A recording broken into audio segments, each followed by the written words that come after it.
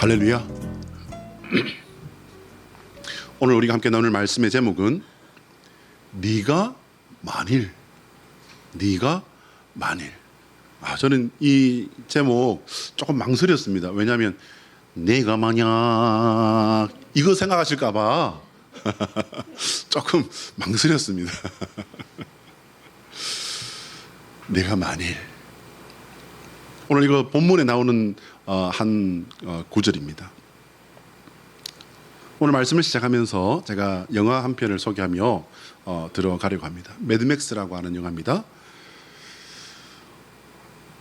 제목이 영어로 되어 있죠. 매드, 맥스 두 단어가 이렇게 합쳐진 건데요. 매드맥스, 매드가 미친이고 맥스가 최고죠. 최고로 이런 뜻 아닙니까? 그래서 이것을 붙이게 되면은 광기로 가득한 혹은 미치광이 분노로 가득한 이 정도가 되겠습니다. 지금 이제 앞에 보시면은 매드맥스 시리즈라고 하는 1, 2, 3편의 그 포스터를 제가 찾아서 한번 올려봤습니다. 남자가 혼자서 이렇게 총을 들고 있는 그 까만 옷 입은 저기가 1편이에요. 옆에가 중간에가 2편이고요. 마지막 이렇게 티나 터너라고 하는 유명한 여가수와 함께 포스터를 장식하고 있는 저 장면이 3편입니다. 원 영화의 3편입니다. 이 영화는요 1979년도에 1편이 나와서 세계적으로 흥행에 성공합니다. 근데 이게요 영화 그러면은 보통은 그 미국이지 않습니까? 미국 영화 또 마카로니 웨스트라고 해서 유럽에서 나오는 그 서부 영화도 있긴 합니다만은 근데 이 영화는요 세계적으로 흥행에 성공한 호주 영화예요. 이 영화를 통해서 그림에 나오는 남자 주인공이 누구냐면 그 유명한 멜 깁슨이에요. 패션 오브 크라이스트라고 하는 영화를 감독하고 주연했던 그 배우 있지 않습니까? 제작했던 그 배우 있지 않습니까? 그 사람이 멜 깁슨이라고 하는 배우인데요. 이 사람이 이 영화로 일약 세계적인 톱스타로 이제 등장하게 됩니다. 이 영화를 감독한 사람은요 조지 밀러라고 하는 사람이에요. 이분이 이제 감독해서 제작된 영화인데 매드맥스라는 이 영화가 지금 이제 2015년에 이제 리메이크라고 해서 분노의 도로라고 여러분 영화에 관심 없는 분들은 전혀 모르실 거예요. 근데 이제 이거를 영화 보라고 말씀드리는 게 아니고 이게 다시 만들어졌어요. 속편으로 만들어지고 최근엔 또 퓨리오사라고 하는 그 후편으로 또 이제 그 속편이 하나 더 만들어졌습니다. 그러면 1979년도와 2015년은 이 시간상의 차이가 얼마나 날까요? 제법 많은 시간이 차이 나지 않습니까? 그러면은 이 영화가 그냥 단순한 재미 위주의 영화였다고 할 것 같으면 다시 만드는 건 아마 조금 주저했을 거예요. 재미가 있을 뿐만 아니라 그 영화가 가지고 있는 내용들에 수많은 사람들이 그 긴 세월 동안에 많은 공감을 하고 공감이 되었기 때문에 사람들이 이 영화를 좋아하는 사람들은 이 영화를 찾아보고 또 찾아본 그 영화평들이 좋게 계속 나오기 때문에 이 영화는 명작 중에 속합니다. 그런데요 저기 1편에 보시면은요 멋지게 이렇게 총을 탁 들고 이렇게 액션 배우 이 영화는 액션 영화입니다라고 하는 걸 알려주고 있습니다만은 저 영화는요 만들 당시에 제작비가 너무 부족했기 때문에 그냥 황량한 들판에서 고물차 몇 대 고쳐 가지고서 이렇게 빨리 자동차 액션하는 걸로 이렇게 만들었기 때문에 저 예산을 가지고서 만들었는데 내용이 좋았고 액션이 좋았다라고 하는 그런 오랜 세월 동안의 평가가 있는 그런 영화가 되겠습니다. 근데 이 매드맥스라는 영화가요 현재까지도 영화사에 길이 남는 명작으로 꼽히는 이유 중에 가장 그 대표적인 이유는 뭐냐면요 독특한 세계관이에요. 이 세계를 이 영화를 만든 사람이 어떻게 보고 이 세계에 대한 평가를 표현을 했느냐라고 하는 게 세계관이라고 하겠죠. 근데 그게 굉장히 독특한데 근데 독특하기만 하면은 이게 여러분 흥행이 되겠습니까? 재미있기도 할 뿐만 아니라 뭐가 된다는 거죠? 공감이 되면은 이게 작품성이 인정받는 것 아니겠습니까? 네. 이 영화는요 핵전쟁 전과 후의 상황으로 이렇게 상황 설정이 되어 있는데 그 황량한 세상 속에서 인간이 인간됨을 지켜가는 것이 무엇인지 말하는 그런 작품이 되겠습니다. 말이 나온 김에요 내용을 조금만 더 자세히 살펴보겠습니다. 1편은 뭐냐면 핵전쟁 바로 직전의 상태라고 해요.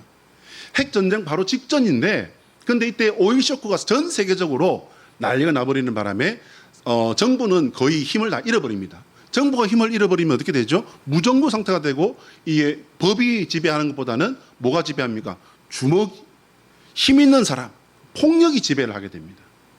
이제 그게 이 1편의 내용이에요. 근데 이제 2편에서는 이제 이미 핵 전쟁으로 말미암아 모든 것들이 다 무너져 버렸어요. 그리고 이제 3편에서는요, 그 핵 전쟁 이후 15년이라고 하는 세월이 지난 뒤에 이제 3편이 만들어지게 됩니다. 그럼 이런 영화는 세상을 부정적으로만 보는데 어떻게 이게 사람들에게 공감을 주는 걸까? 그렇게 부정적으로 보는 걸까? 그렇지만은 않은 것 같아요. 모든 것이 무너지고 인간이 맹수로 돌변해서 악과 폭력이 가득한 세상에서도요, 문명과 정의의 가치를 지키려는 사람들이 있고, 아무리 악해도 혼란스러운 세상 속에서도요, 사람은 서로를 의지하는 그런 존재로 이 영화는 그리고 있습니다. 심지어는요, 이 핵전쟁으로 말미암아 정부라고 하는 이 사회 공동체의 가장 최상위, 그리고 가장 문명화된 시스템이 다 무너져 버리고 사람들에게는 이제 본능만이 남아 있는 거예요. 힘센 사람이 대장이에요. 근데 여기서 어떤 까지 나오냐면요, 카니발리즘까지 나옵니다. 이 영화에. 이게 뭐냐면 사람 잡아먹는 거예요. 그리고 이제 대부분의 사람들은 어떻게 되어 있냐면요, 핵 폭발의 피폭에 의해서 모든 사람들이 다 병이 들어 있어요. 아기 못 낳습니다. 아기를 낳을 수 있는 극소수의 사람만 있을 뿐입니다. 개인적으로 이런 류의 영화를 제가 뭐 좋아하고 이런 건 사실은 아니에요. 근데 설교 예화에까지 끌고 오는 이유가 있어요. 그것은 뭐냐면요, 허황된 설정으로 영화를 위한 영화가 아니었기 때문입니다. 이 영화를 만든 이들은 미래학자들의 견해와 예측들을 토대로 만든 것으로 이런 흔적들이 많이 보이기 때문입니다. 문명이 파괴되어 버린 세상에 문명의 찌꺼기들이 문명의 자리를 대신하고 있어요. 이 영화가 그걸 그리고 있습니다. 남아있는 철을 이용해서 구조물들을 만듭니다. 집도 아닌데 집같이 만들어 가지고서 그렇게 사람은 짐승인지 사람인지 알 수 없는 그런 모습으로 살아나갑니다. 교육? 그런 거 없습니다. 교육이 무너졌습니다. 기존의 가치, 인류를 지탱하고 있던, 인류를 사람답게 만들었던 모든 가치들은 이미 다 무너져 버린 지 오래입니다. 철의 찌꺼기, 건물을 지탱하고 있던 철의 찌꺼기로 이제 건물 비슷한 것을 겨우 만들고 사는 것처럼 교육의 찌꺼기, 그리고 교양의 찌꺼기, 그리고 종교의 찌꺼기가 사람들에게 남아있을 뿐 제대로 된 것은 남아있는 게 없습니다. 이런 속에서 사람들은 사람다워지기 위해서 노력하는 사람들이 있더라는 거예요. 대부분은 다 맹수처럼 변해서 죽이고 죽는 그런 이상한 세상이 되었는데, 거기서도 사람은, 그러면 이게 이제 이 영화는 부정적인 겁니까? 긍정적인 겁니까? 부정적인 것 같지만은 사실은 희망을 말하고, 사람이 그럼에도 불구하고 사람답기 위해서 노력하는 그런 마음들에 대해서 생각해 보게 하는 그런 영화더라라는 것입니다. 저는 굉장히 이 영화가 충격적이었습니다. 그래서 가장 인상에 남는 영화 몇 편 중에 이 영화가 제 개인적인 리스트 안에는 있습니다. 영화에서는요, 핵전쟁으로 모든 것이 파괴되었고 그 속에 종교마저도 다 파괴되었지만 굳이 핵으로 파괴하지 않아도요, 바른 가치관을 가르치고 주장해 주는 교회와 기독교의 권위가 여러분 지금 온전하다고 생각하십니까? 전 세계적으로요. 우리나라는요, 그나마 그래도 아직까지는 조금은 남아있다고 그렇게 말하고 싶어요. 근데 여러분 영국 어떻습니까? 유럽 기독교 국가들로 이루어졌다고 하는 국기에마저도 십자가가 나타나 있는 유럽은 어떻습니까, 여러분? 이미 지금 이슬람들이 다 들어가서 난민을 자처하는 사람들, 그 사람들 받아들였더니 들어가서 다 어떻게 했습니까? 그 사회를 완전히 장악을 해버렸습니다. 미국은 어떤가요, 여러분? 미국은 자유주의에 물든 교육과 사회 시스템으로 이게 변질되어서 이제는 변질되다 못해서 뭐가 됐습니까? 돌연변이가 자기들이 주인이라고 말을 하죠. 어떻게 해요? 제가 지난번에 말씀드렸잖아요. 모든 신의 이름으로 아멘. 모든 신의 이름으로 기도합니다. 아멘. 여러분 그게 말이 돼요? 이것이 무너지면 인간은요, 영화 속 세상과 별로 다를 게 없는 혼돈 속에 살게 된다는 것을 여러분 잊지 마시기 바랍니다. 한번 따라할까요? 하나님의 소원은 우리가 예수 그리스도 안에서 역사와 전통이 있는 성도가 되는 것이다. 시작. 하나님의 소원은 우리가 예수 그리스도 안에서 역사와 전통이 있는 성도가 되는 것이다. 할렐루야. 역사와 전통이 있는 성도 되시기를 주의 이름으로 축복합니다. 오늘 우리 본문은요, 솔로몬 왕이 하나님께 지혜를 은사로 받는 그 장면이 기록되어 있습니다. 지난 설교들에서 저는 개인적으로 솔로몬 왕이 우리가 그렇게 그다지 동경할 만한 인물은 아닙니다라고 이렇게 말씀을 드렸던 것으로 기억합니다. 그런데요, 본문에는 그가 여호와 하나님을 사랑하는 왕이었다라고 이렇게 기록을 하고 있어요. 열왕기상 3장 3절 말씀이에요. 그런데 그는 하나님께 제사를 드리기 전에 여러분 3장 첫머리 보면 뭐라고 되어 있냐면요, 애굽의 왕 바로지 않습니까? 바로의 딸과 결혼한 것이 기록되어 있어요. 이거 놓치지 마셔야 됩니다. 왜 성경이 이걸 굳이 기록했는지 여러분 이거를 생각하셔야 돼요. 성경은 그 당시에 성경은 지금같이 이렇게 막 키보드로 쪼르륵 쳐놓고 마음에 안 들면 그냥 백키 눌러가지고 쭉 지워버리고 이런 거 아닙니다. 썼는데 마음에 안 들면은 그냥 쭉쭉 그어버리고 아니에요, 여러분. 파피루스에다가 한 땀 한 땀 적는 거예요. 그러다가 여호와 하나님 주라고 하는 이름이 나오면 어떻게 해요? 가서 손을 씻고 와서 그 단어를 적을 정도로 이 성경은요 굉장히 공들여 써진 그런 내용이라는 것을 여러분 잊지 마시길 바랍니다. 근데 여기에 3장 1절에 보면 어떻게 되어 있다고요? 애굽 왕 바로의 딸과 결혼하는 사실이 기록되어 있어요. 여러분 솔로몬의 아내가 몇 명이라고 말씀드렸죠? 1000명. 보세요 여러분, 700명의 후궁과 300명의 첩이래요. 저는 굉장히 궁금한 게 이 많은 사람들 도대체 어디다가 살게 하고 어떻게 먹여 살렸을까? 이게 굉장히 궁금해요. 근데요, 그래서 제가 여러분께 우스갯소리 그러지 않습니까? 지나가는데 마마 안녕하십니까? 모르는 아가씨인가 아줌마인가 그러는데 마마 제가 759번 아내이옵니다. 이런 일이 있지 않았을까? 이건 제가 너무 많으니까 이제 우스갯소리 말씀을 드려본 거고요. 여러분 아무리 머리 좋은 솔로몬이지만요, 그 1000명의 아내들을 그럼 뭐 다 알아봤다고 칩시다. 그러면 이제 거기서 자녀가 날 거 아니에요. 1명 혹은 2명. 뭐 1명, 2명만 낳습니까? 어쨌든 간에 1명만 낳아도요, 몇 명이에요? 총 인원 2000명이 되는 거예요. 아무리 머리가 좋아도 그 2000명을 이 아이는 몇 번 아내의 아이고 이 아이는 몇 번 아내의 아닌가 몇 번인가? 이렇게 되지 않았을까요?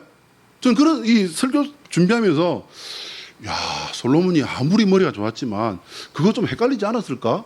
그런 생각을 해보았습니다. 솔로몬은요 특별히 여자를 너무너무 좋아해서 이렇게 많은 아내를 거느린 게 아니에요. 그는 소위 말하는 정략 결혼을 평생 동안 한 겁니다. 정략 결혼이 뭡니까 여러분? 국어사전 찾아보니까요, 이익이나 목적을 위해 하는 결혼을 말하는 거예요.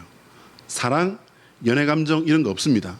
필요에 의해서, 목적에 의해서 일종의 사업 거래처럼, 사업 관계처럼 하는 그런 결혼을 정략 결혼이라고 하는 거예요. 그래서 성경을 읽다 보면요, 솔로몬이 하나님 앞에서 가장 먼저 초심을 잃어버리게 된 바로 그 밑바탕 근저에 뭐가 있다? 바로 이 정략 결혼이 있습니다.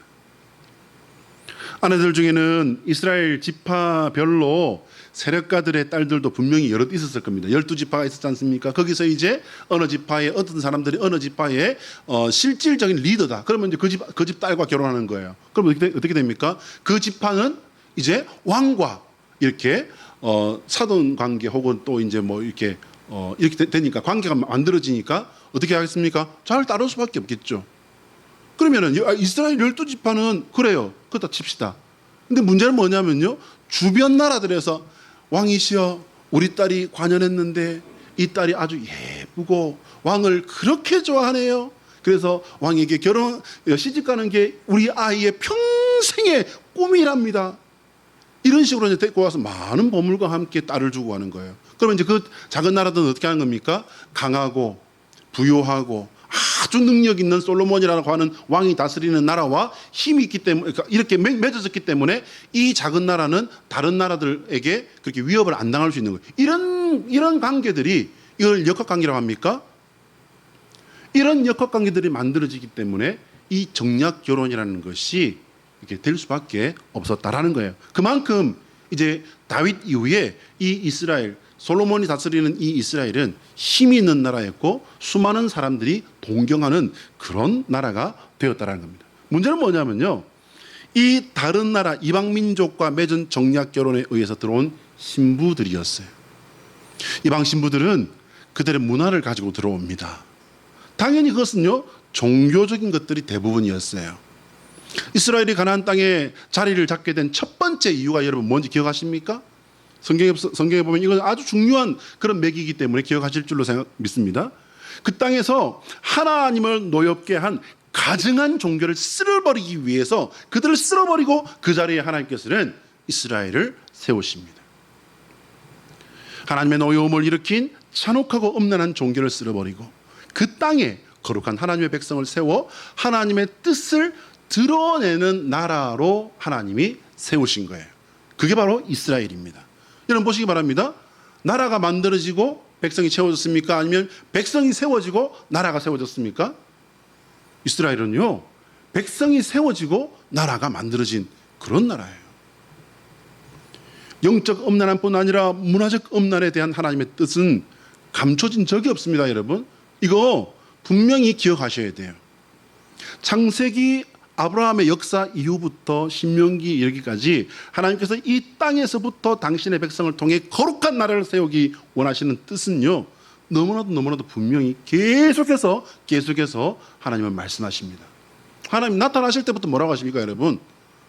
나는 여호와라 너희는 내 앞에 행하여 어떻게 하라고 하십니까? 완전하라. 신명기 18장 11절부터 14절의 말씀을 우리 같이 한번 읽어볼까요? 앞에 뜰 텐데요. 자, 시작. 진언자나 신접자나 박수나 초혼자를 너희 가운데에 용납하지 말라. 이런 일을 행하는 모든 자를 여호와께서 가증히 여기시나니 이런 가증한 일로 말미암아 네 하나님 여호와께서 그들을 네 앞에서 쫓아내시느니라. 너는 네 하나님 여호와 앞에서 완전하라. 내가 쫓아낼 이 민족들은 길흉을 말하는 자나 점쟁이의 말을 듣거니와 내게는 내 하나님 여호와께서 이런 일을 용납하지 아니하시느니라. 할렐루야. 여러분 하나님께서 이거 그냥 두고 보신다고요? 용납하지 않으신다고요. 여러분 여기 진언자나 신혼자는 뭡니까? 무당 말하는 거예요. 무당. 초혼자 마찬가지예요. 영매가 되었건 다 이건 무당이라고 하지 않습니까? 우리는. 하나님 이거 용납하지 않으신다는 거예요. 이런 일을 행하는 모든 자를 여호와께서 가증히 여기시나. 이게 뭐죠? 가증히는 뭐냐면요. 더러워한다는 거예요. 싫어한다는 거예요. 당연히 이런 거 갖다 대놓으면은 좋아하시겠어요? 좋아하시겠어요? 아니면 분노하시겠어요? 하나님은 분노하십니다. 그냥 싫어하시는 게 아니라요. 분노하신다는 거예요. 여호와 우리 하나님 앞에서 완전한 삶을 살기 위해 힘쓰고 애쓰는 성도 되시기를 주의 이름으로 축복합니다. 솔로몬은 지혜의 왕으로 유명한데요. 결과적으로 그는 그 지혜로 인해서 수많은 허물을 여호와 하나님 앞에 짓는 삶을 평생 삽니다. 신앙인으로서 제가 평가하는 솔로몬은요. 겨우 실패를 면한 엣지 인생으로 저는 이렇게 한번 그 이름을 규정해 봅니다. 여러분 엣지 혹시 아십니까? 탁구에서 저는 탁구를 좋아하는데 잘 치지는 못해요. 제 시력 때문에 잘 치지는 못하는데요. 탁구를 이렇게 치다 보면은 이 탁구 테이블 모서리에 살짝 거치면서 톡 떨어져 버리는 그런 공이 있잖아요. 그럼 그게 내가 이렇게 탁 쳤는데 그 공이 내 뜰 넘어서 맨 끝머리에 살짝 거치면서 톡 떨어져 버렸어. 그럼 그게 아웃이에요? 아니면 들어온 거예요? 닿았어요. 들어온 거예요. 그러면 점수로 인정이 되긴 되는데 그거를 받아치는 건요 아마 뭐 대표 선수쯤 되면은 모를까 그거 받아치기는 굉장히 어려울 겁니다.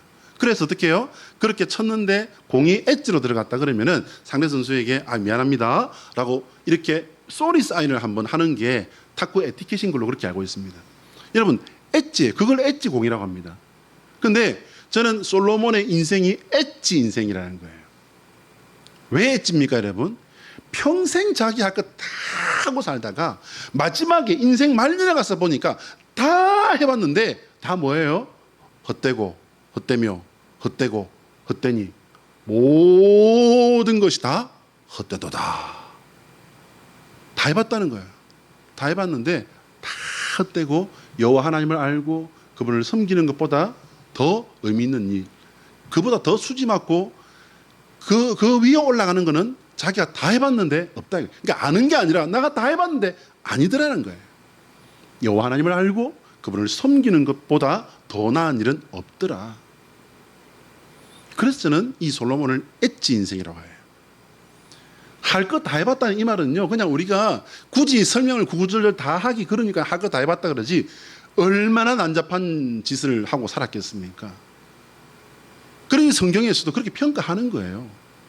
이제 그 부분이 이제 뒤에 나옵니다. 솔로몬 왕은 하나님께 분명히 명령을 받았음에도 불구하고 그는 엣지 인생을 살았습니다. 열왕기상 3장부터 왕으로서 솔로몬이 본격적으로 이제 기록되고 있습니다. 신앙의 사람 다윗의 아들답게 그런 여호와 하나님을 사랑하는 사람이라고 이렇게 기록되고 있어요. 열왕기상 2장 3절 이하에 이제 그런 기록이 나옵니다. 그는 이제 일천 번제를 드리고 왕으로서 이제 사역을 시작하게 됩니다. 이건 그냥 왕으로서 시작했습니다라기보다는 왕으로서 사역을 시작했습니다라고 말할 수 있을 만큼 그는 하나님을 사랑하는 사람이었고 제사를 중심으로 해서 하나님께 예배를 중심으로 해서 그렇게 자기가 맡은 일을 하는 사람이었기 때문에 왕의 사역을 했습니다라고 말해도 부족함이 없을 줄로 압니다. 레위기 1장 2절로 9절에 의하면요, 번제가 뭔지를 제가 다시 한번 정리해 드립니다.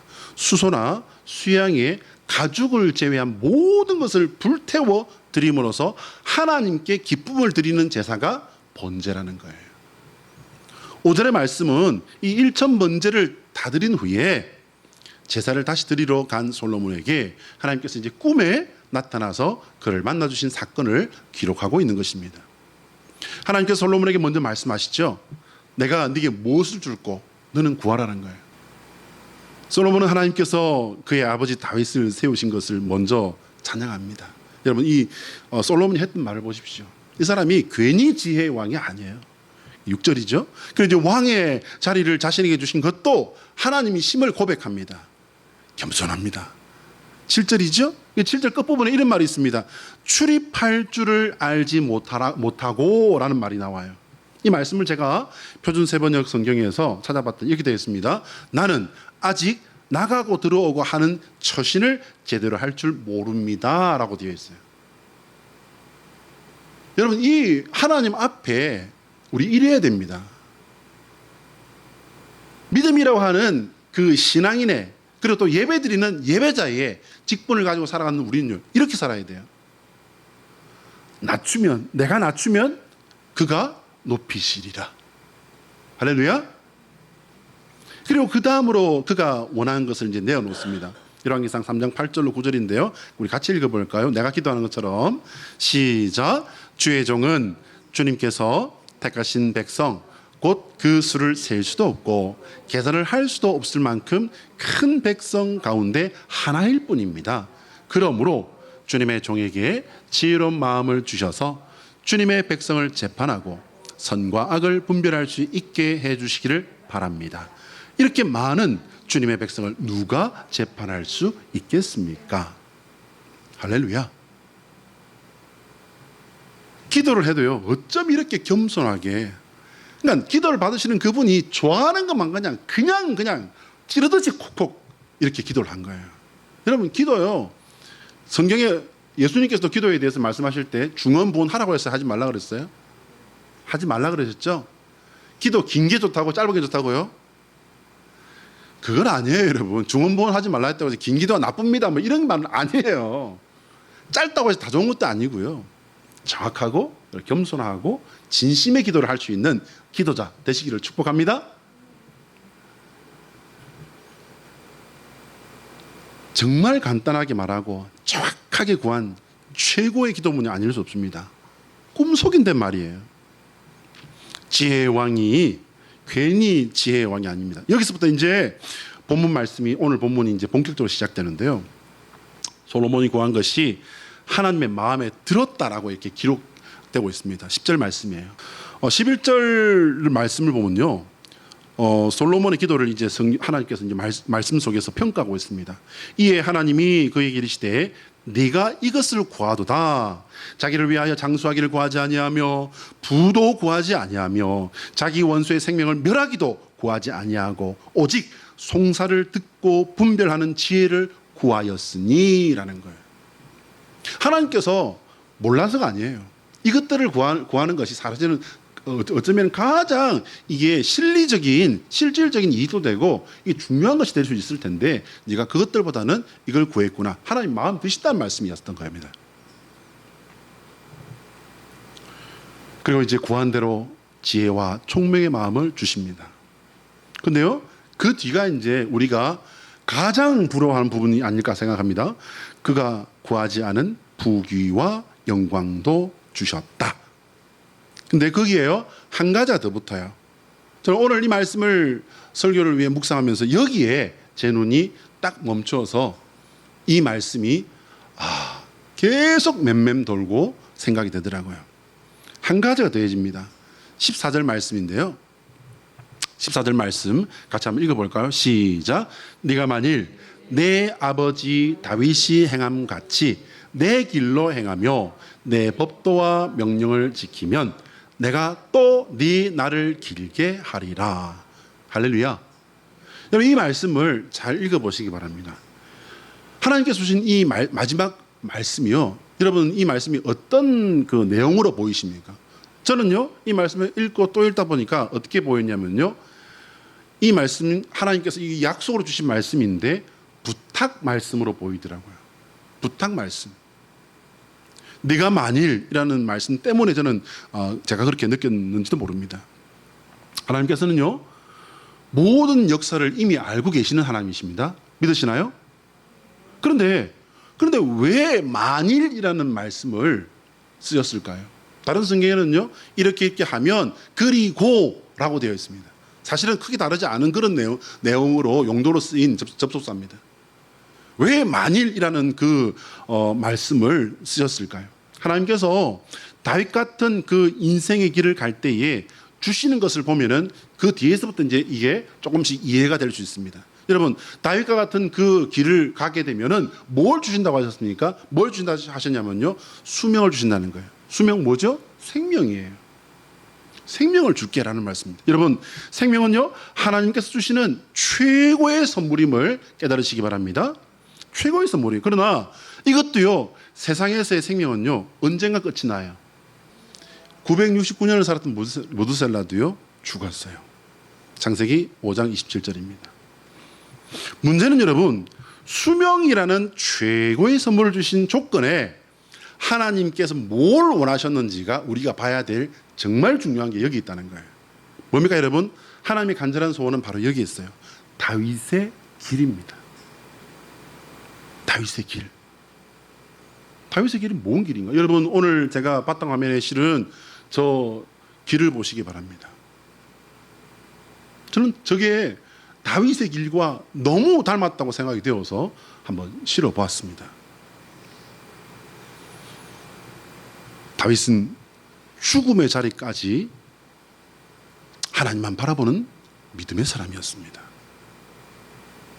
비록 우리가 알고 있는 바와 같이 우리야 장군을 해치고 그의 아내를 범하는 정말 흉악무도한 그런 죄를 지었지만, 여러분, 선지자가 와서 하나님의 말씀을 딱 전할 때 어떻게 했습니까? 그 자리에서 엎드리지 않습니까?